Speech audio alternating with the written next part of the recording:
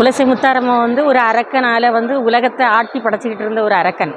மனிதன் வேடமாட்டும் அவன் வந்து வேடமாக மாறுவான். யானை தலை புலித்தலையாக மாறி கூடு விட்டு கூடு பாய்வான். அப்படி மக்களெல்லாம் அழிச்சிக்கிட்டு இருந்த அந்த மக்களை வந்து காப்பாற்றுறதுக்காக முத்தாரம்மா வந்து 8 முட்டையில் 8 அட்டகாளிகளாக பிறந்ததில் மூத்தவள் முத்தாரம்மா.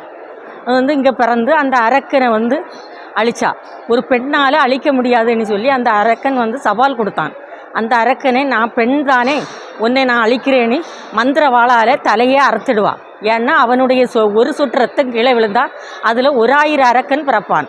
அதை பெருமாள் சொல்லியிருப்பார். அதனால் அம்மாள் அவனுடைய ரத்தம் கீழே விழாமல் அவனுக்கு தலையை அறுத்து அச்சய பாத்திரத்தில் வாங்கிக்கிட்டு உடம்பை தன் பூமியோட சவிட்டி அப்படியே பொசுக்கிக்கிட்டு நேரே கைலாசம் போய் தன்னுடைய சிவபெருமா சொல்லுவார், நீ அந்த அரக்கனை அழித்த இடத்திலிருந்து மக்களுக்கு நல்லது செய் என்று சொல்லி ஆணும் பெண்ணுமா பக்தியோடு வந்து எல்லா கோலத்திலையும் முருகர் வேடம், அம்மன் வேடம், எல்லா வேடமும் வயசானவங்கள் கிறுக்கன் வேடம் எல்லா வேடத்துலையும் வருவாங்க. அவங்க என்ன நினச்சி மாலை போடுறாங்களோ, எனக்கு இன்னது நடக்கணும், என் பொண்ணுக்கு கல்யாணம் நடக்கணும், பிள்ளைங்க பிறக்கணும்னு அவங்க என்ன நினச்சி மாலை போட்டுட்டு வாராங்களோ அந்த அவங்க நினச்சி வர காரியம் கண்டிப்பாக அம்மா நிறைவேற்றி வைப்பாள்.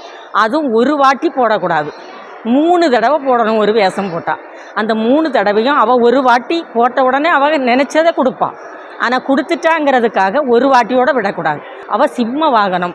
அவள் சூரனை அழித்து கொண்டு இங்கே மண்டபத்தில் வந்து அபிஷேகமெல்லாம் வாங்கி ஊர் சுற்றி வந்து தான் கொடியறக்கு மக்கள்கள் காப்பு அறுத்து வீட்டுக்கு செல்வார்கள். ஆனால் அம்மாவை ரொம்ப பெருமையாக மக்கள் அவ்வளோ பேரும் வச்சுருக்காங்க. இங்கே இருந்து ஆந்திராய், கேரளா, வெளிநாடு அங்கெல்லாம் இருந்து எல்லா மக்கள்களும் வந்து வேடங்கள் அறிந்திருக்காங்க. இந்த அம்மாவால் எல்லா மக்கள்களுக்கும் நன்மை தான் கிடைச்சிருக்கு. இந்தியாவுக்குள்ளேயே இந்த வேடம் அணிந்த ஒரே கோவில் குலசை முத்தாரம்மன் தான்.